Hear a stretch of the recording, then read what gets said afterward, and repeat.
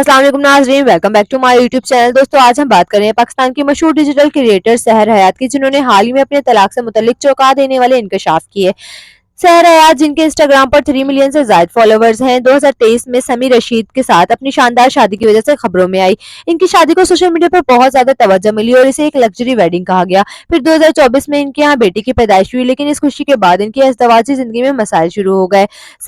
सितंबर 2025 में दोनों के दरमियान तलाक हो गई और अब सहर हयात ने खुद सामने आकर हकीकत बयान की।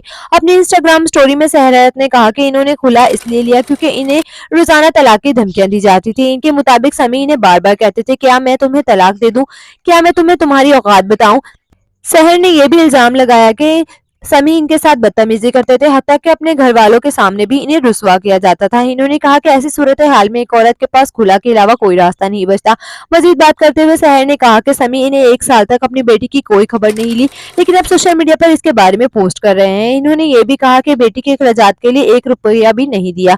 सहर ने अपने माजी को लेकर भी शिकायत की कि इसे बार बार सोशल मीडिया और जाती जिंदगी में मौजू बनाया गया, जो इनके लिए हद ही तकलीफदा था। आखिर में इन्होंने कहा कि इनके पास सच साबित करने के लिए काफी सबूत मौजूद है और इनकी गाड़ी भी अभी तक वापस नहीं की गई। दोस्तों इस मामले पर आपकी क्या राय है, हमें कमेंट्स में अपनी राय का इज़हार जरूर कीजिएगा। वीडियो पसंद आए तो लाइक करें, साथ ही साथ चैनल को सब्सक्राइब करना ना भूलिएगा। मिलते हैं अगली वीडियो में, तब तक के लिए अल्लाह हाफिज।